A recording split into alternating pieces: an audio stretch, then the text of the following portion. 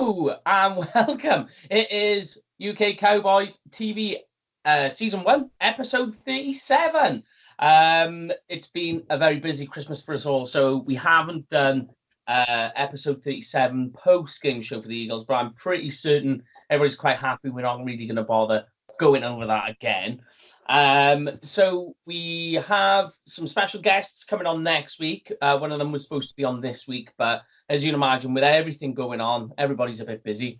So we're going to just be myself and Brian here today, giving you the pre-game show for the Redskins, which is the final game of the regular season. Quite a lot riding on it, but also quite a lot riding on what the Eagles do against the Giants as well. So if we win and they lose, we're into the playoffs.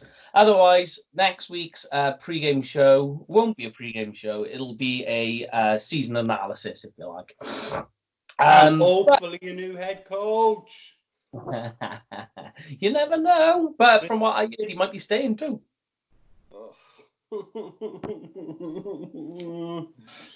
Yeah. As a way of saying Merry Christmas to you all, we won't drag this on too long. We hope you all have had a good Christmas, but we're going to just break straight into the Redskins game. And I'm going to ask you first, Brian. I'll give you a list of injured players that are on the report for this week. So they're questionable at the moment to start tomorrow.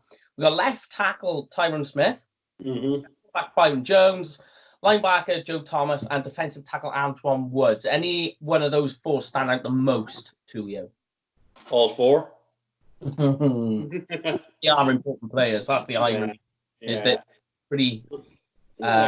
I think if you look at each of them individually, Tyron we've seen over the years, we haven't got a suitable replacement for him. You're going to have to bring in Cam Fleming to replace him.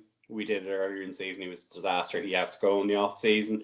The fact that Cheeto was taken out and actually benched during the Eagles game last weekend just shows how thin we are now, because Cheeto will have to start if Byron is out.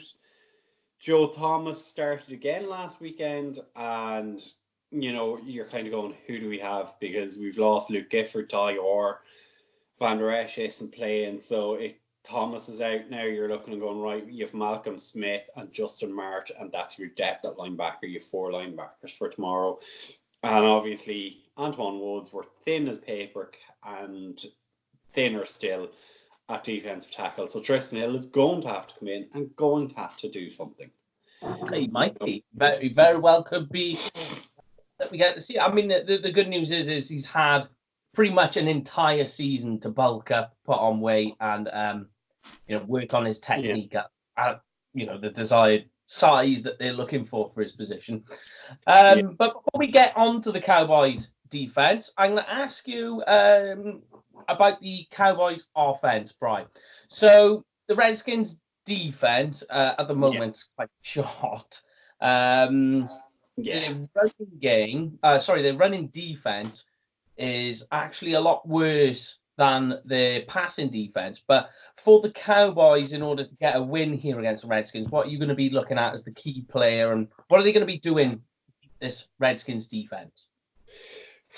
Redskins are probably, as we say, going to try and look to try and keep us off the running game. So they're going to look to try and make us pass. And obviously, with Tyron Smith potentially being out, you're going to go hell for leather on the left side. You're going to go crazy and just try and get as much pressure as you can onto Cam Fleming and Xavier Suafilo. It is the weak point of the defense. If you look at the right side, you have Lyell, you have Zach Martin, the best guard in football. You have Travis Frederick, who, despite everything he has been through, has had a solid season. I think we said this before. He, I don't think he's performing to his standards, but I mean, it's very hard to achieve that given what he's been through. So they should be looking to get as much pressure on Dak from the left side and make him pass the ball. Because as we said, and I saw a tweet there earlier this morning, Amari his snap count is down since the middle of November. his yards per snap are way down on what they were, and other than that, that means you're having to rely on Michael Gallup, who has done his best, but you need that 1-on-1 that we had earlier in the season in the passing game, because Cobb is not making an impact. Witten will get you 40 yards in a game. Austin is a gadget player who might have 1 or 2 explosive plays in a season, and that's about it. He's had 1 in the Rams game. I don't think we're going to see anything there. So, and there's just an absolute reluctance to include Blake Jarwin in the game, which, I kind of, over the holidays, I've kind of been looking towards 2020, what the makeup of our roster is going to look like.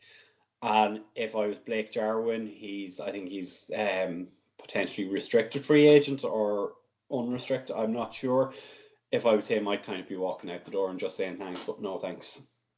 Yeah, I agree. More to the question, you mentioned him, Jason Witten. Yes. So he was a 1-year contract. Does he stay playing as a tight end, or do you think he's moving to coaching next year? Not that Cowboys, could be anyone. I potentially don't know, because we all thought at the start of the season when Jason came back, this is great. He's going to coach up Dalton Schultz. He's going to coach up Blake Jarwin. He's going to help them in the blocking game. He hasn't. I'm going to say, quite honestly, it's been a very disappointing decision for him to return. Everything we thought and hoped has proven not to happen, and I think I'm not sure whether it was Schultz or Jarwin was absolutely blown up on the one blocking play they were asked to do last weekend. Yeah. And that was kind of a situation where you're going, Witten would have held it down in that situation. But the fact that neither of them did it,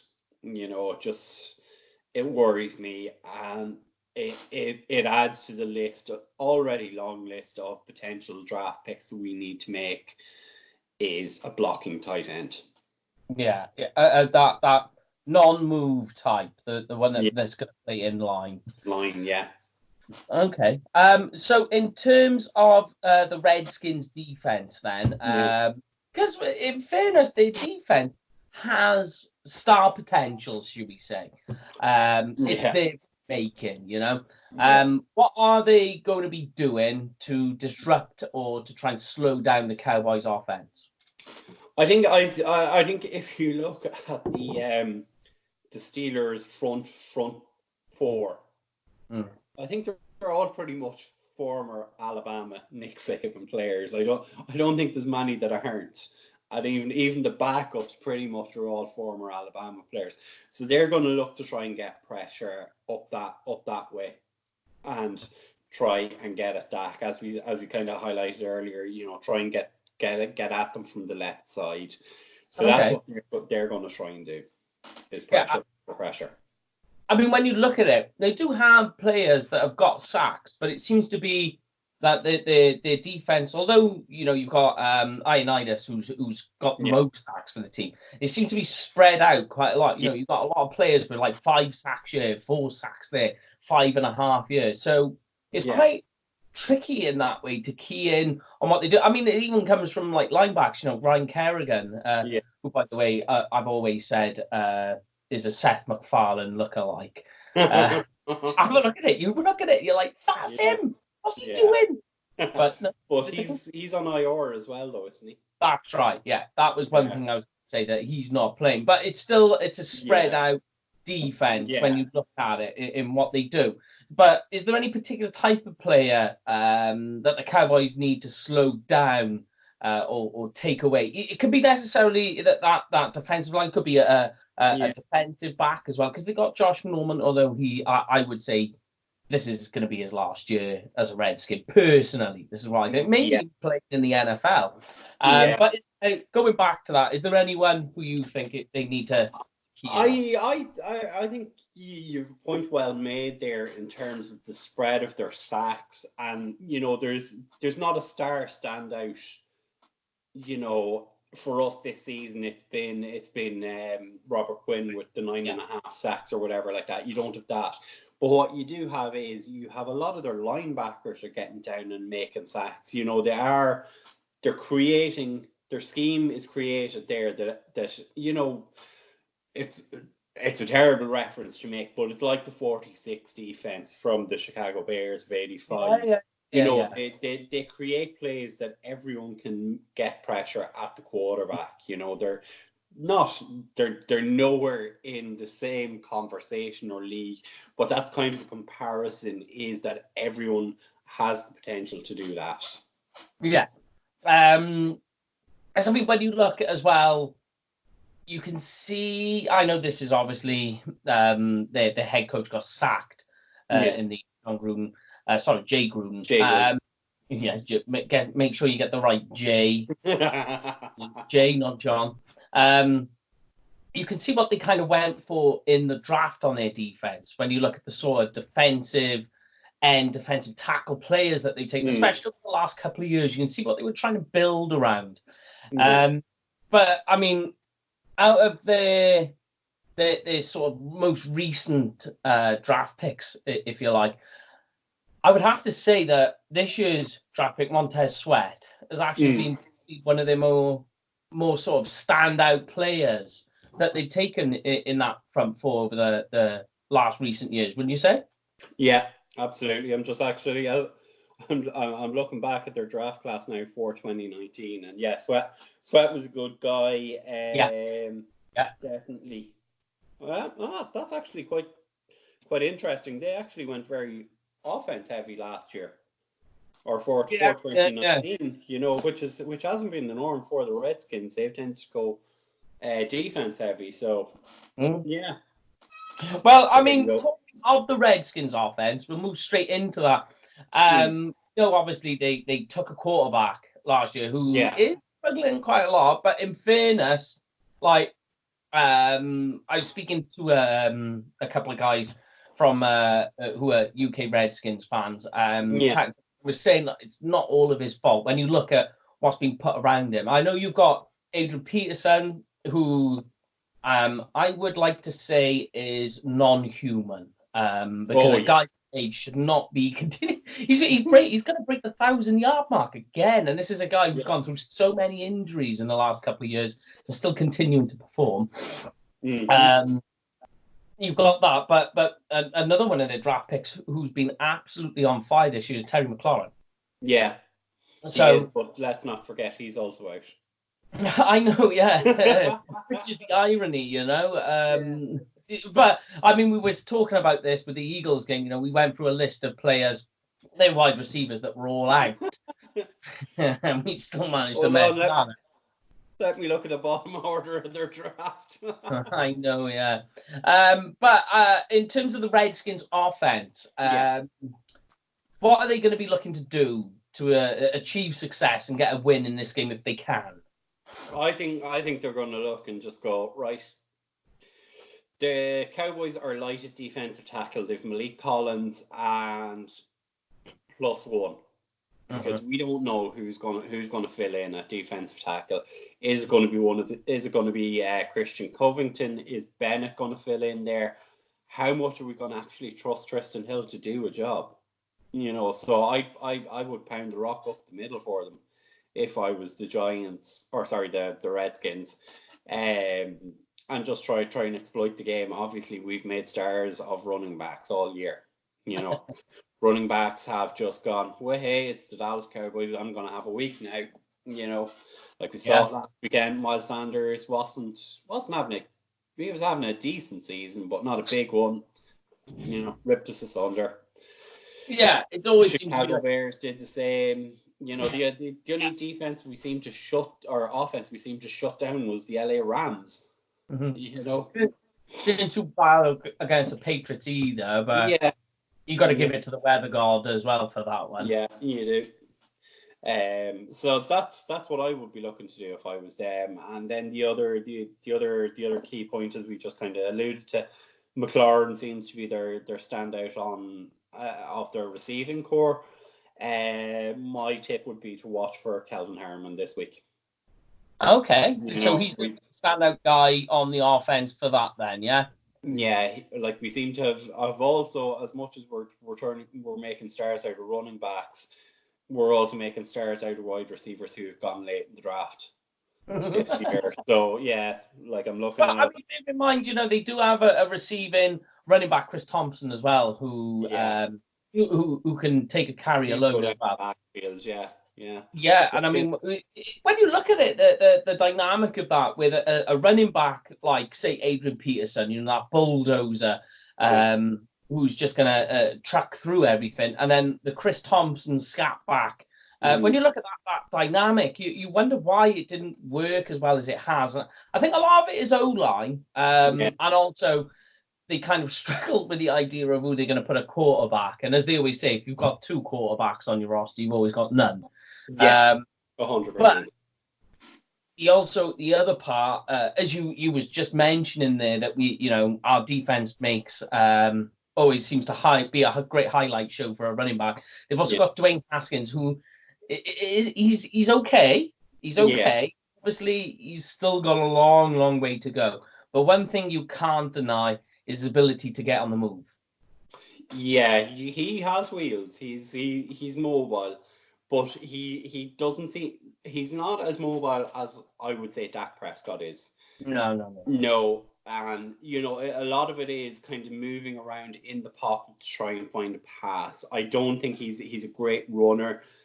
For me, he seems to actually be afraid of contact, but maybe that's just the fact that we're as Cowboys fans so used to Dak putting the head down, putting the shoulder into the tackle, and looking to make yards. It's for me, Haskins is very much a pass first guy, and I'll run and I'll slide as quickly as I can because I don't want someone to hit me. No, I'm with you there. All right, so the abode of contention we've got to go to now. Cowboys defense. What are they going to be doing to slow this? I don't know what you want to call it. This sort of light offense, then, if you like. How are they going to try and slow things down there? Pressure from the defensive ends. I think it's way too late in the season, but I think this is going to be a game where DeMarcus Lawrence absolutely feeds. I can imagine this being a game where DeMarcus has 3 or 4 sacks. Yeah. And you're just going to go, that's great from a statistical point of view, but, DeMarcus, we wanted this from you earlier in the year. And I'm not, in saying that, I'm not getting on DeMarcus Lawrence's back. I actually think the guy has been in the top 2 or 3 players on our defense all season. He's done a lot more in the run stuff in game. Yes.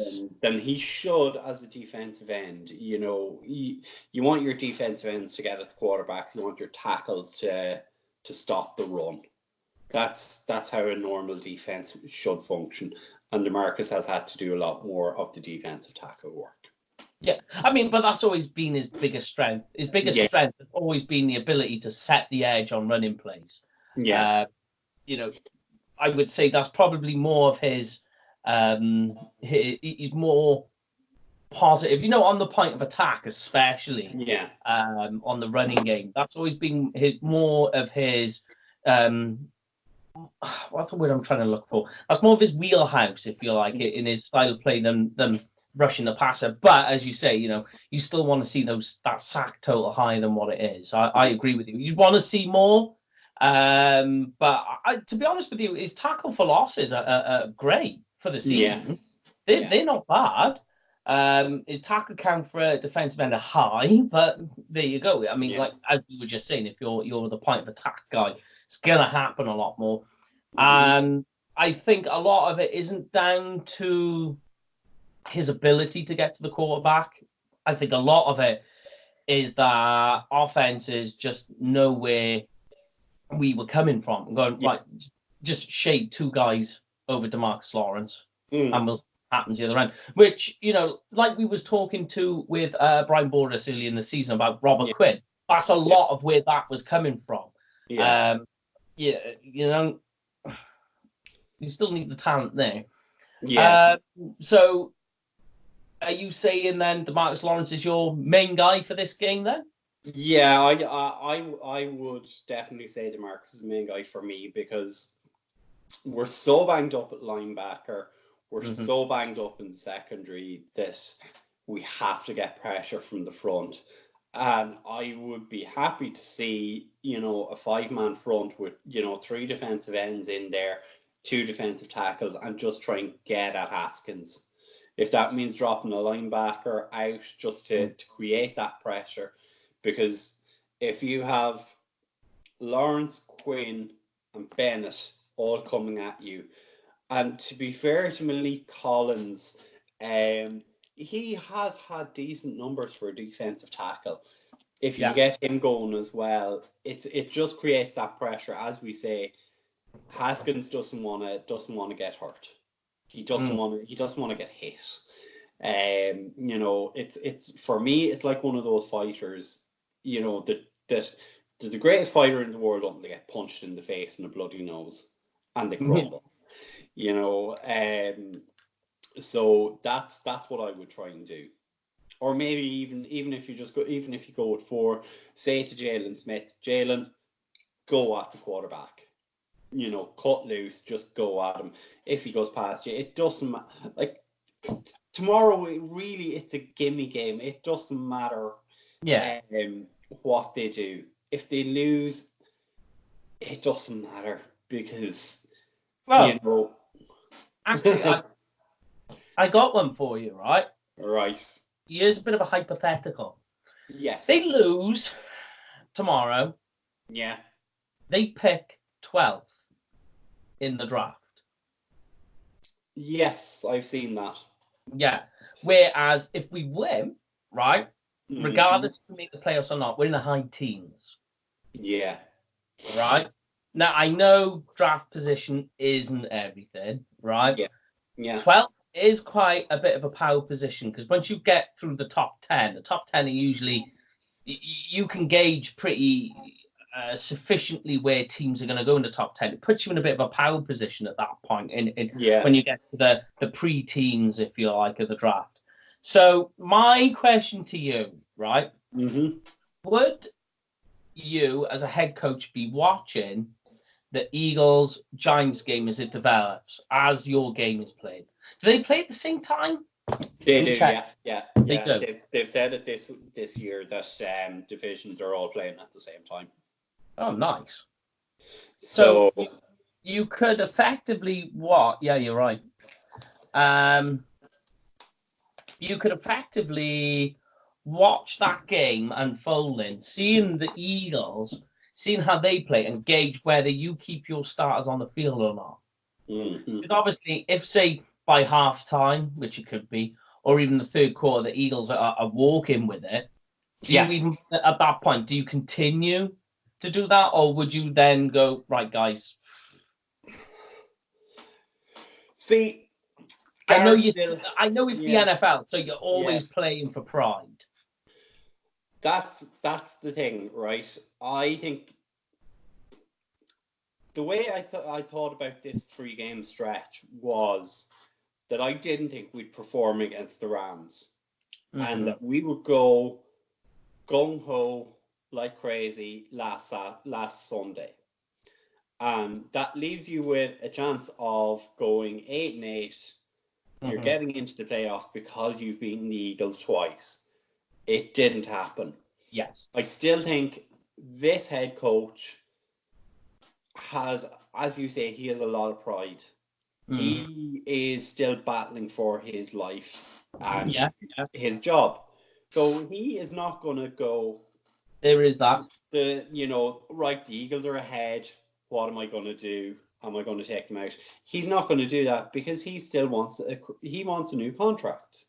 So you're definitely not going to hand a contract to a guy who's gone 7-9. So his thing is, I'm looking at it through the prism of Jason Garrett. And that prism is, I have to win tomorrow to keep my job. There's a slim chance that I keep my job if I win. If I lose, it's a a loose thread, you know. Yeah. So as a Cowboys fan, I'd love to get into that. You know, that I think we can go from, say, I think it's 11 to 13 is the range we could potentially be in. So 12 is that sweet spot. Yeah. And the way a lot of the mock drafts are shaking out at the minute, there are potentially 4 quarterbacks going in the top 10. Yeah. And that is going to get you an absolutely premium player if you're in that range. You know, I'm looking at a Derek Brown, defensive tackle, a Grant Delpit at safety, Jeffrey Okuda at cornerback. Yeah. If we were in the range to get one of those 3 guys, it automatically improves us.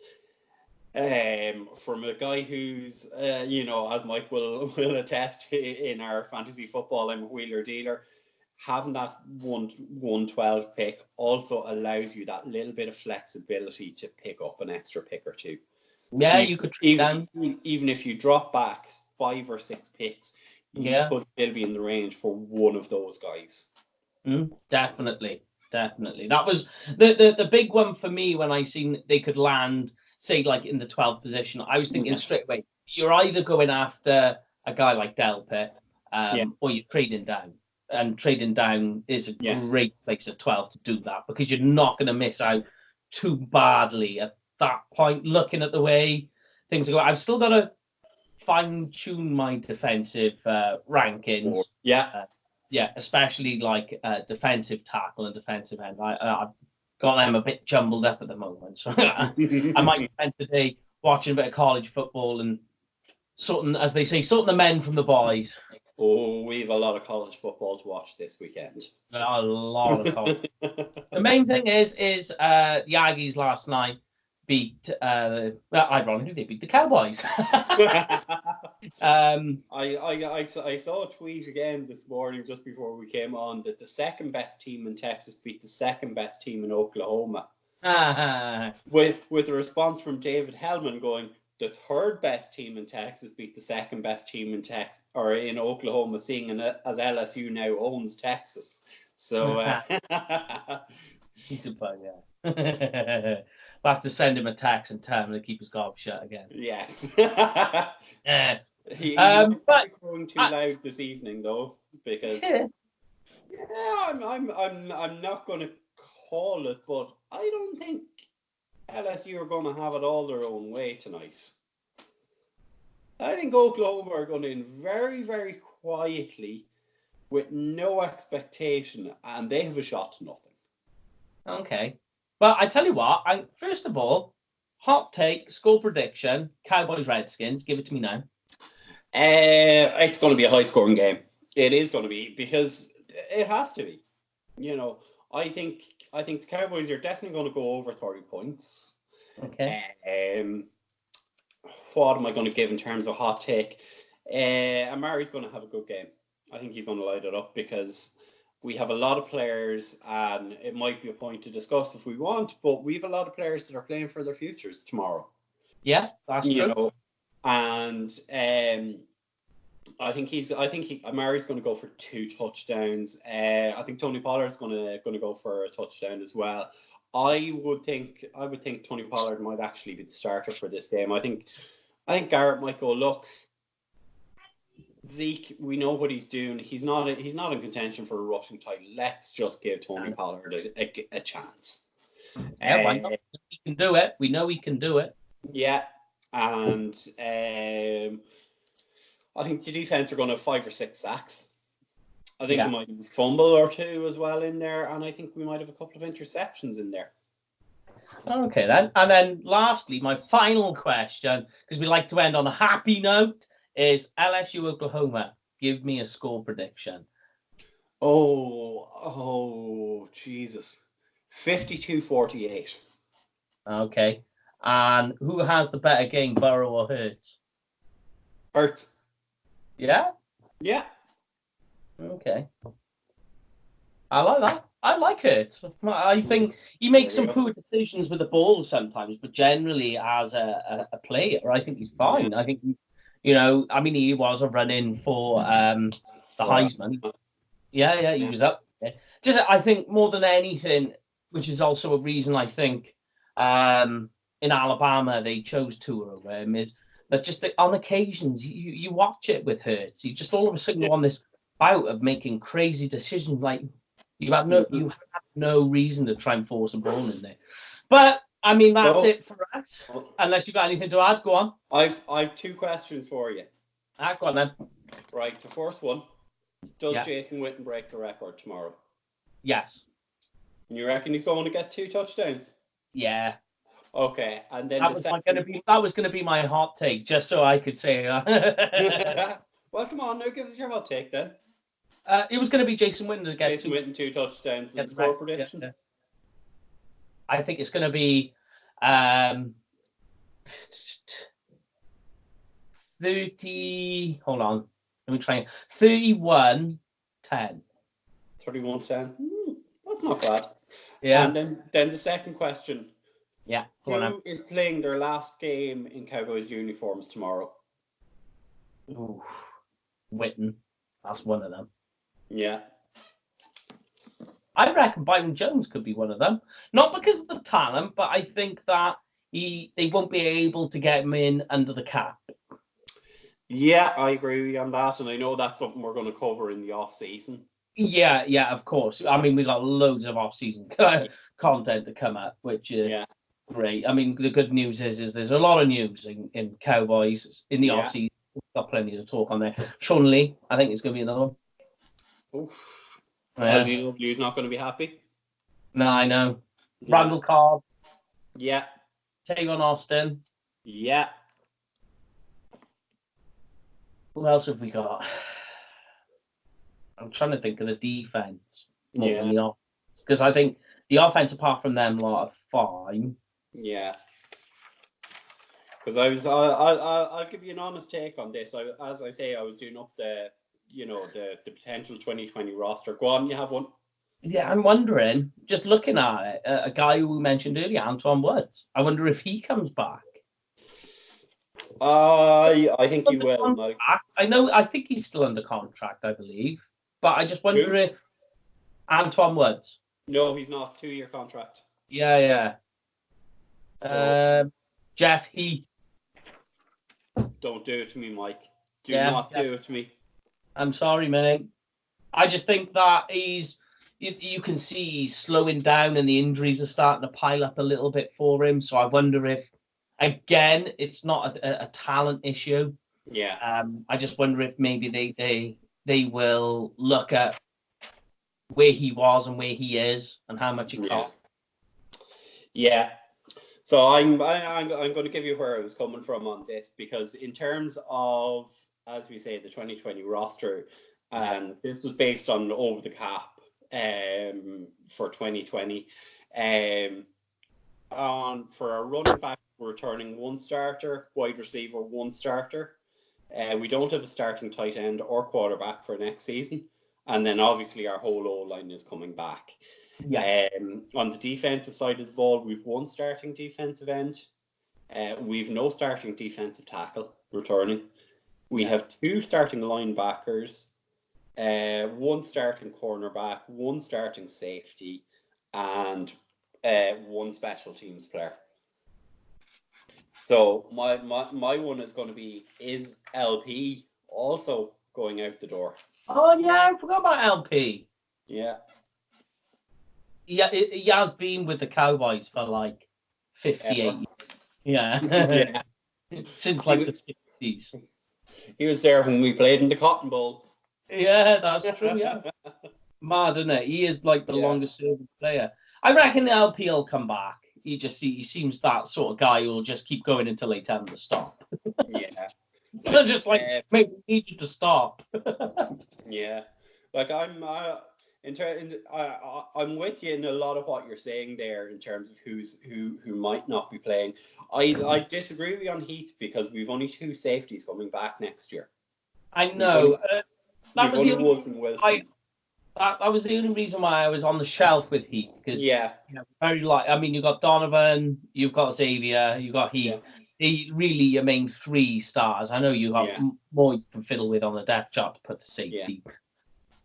So, but like, if you're gonna go and as we were talking about, say a guy like Grant Delpit, you go and grab him. There's a not just, and I'm sorry to say it, it's not just a good replacement; it's an upgrade. Yeah. Very good. No, I wouldn't disagree with you. I mean, I gave my hot take very early in the year that Cowboys were going to go for Grant Delpit in the first round of the draft. But if we look at it from, obviously our next show will be at some stage next week after Black Monday, and give me one player who you think has the potential for being cut outright. What, that's on... That is on the roster. Yeah.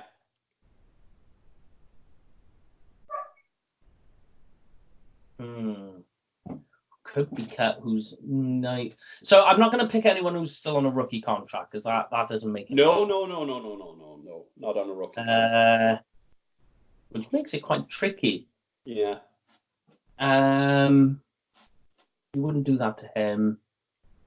I'm not really picking anyone who's under who I would cut outright who's under contract. Yeah. Because the one name that does stick out to me like a sore thumb is Chris Jones. Because he's at the bottom of every punting chart going. He's actually a big number. But I just wonder if that's all of his fault, though. I don't think... Because when you look at his punts, they are decent. You can boom them. Yeah. I just think the coverage has been poor. The coverage, not just on us kicking, on our returns as well. On both sides, it's horrific. I actually think that on kickoff returns, we rank last. Yeah, we do. That's got something to do with... Yeah, I know. Being conservative, keep the ball, don't do too much with it. Yeah. I tell you another stat, because people keep on saying, Dak Prescott needs to go, he can't win games. Another stat that we rank last in, dropped passes. Yes. We rank with 39 drop passes on the season. Like, think about it. That's like 2 drop passes a game. And if they're happening at critical moments, I know you say, 2, and he's throwing the ball 30 times. But it's like, if they're happening at critical turning points, or it causes a momentum shift. Yeah, that's why you're losing the game. Yeah. It's a very telling stat, all right. Yeah.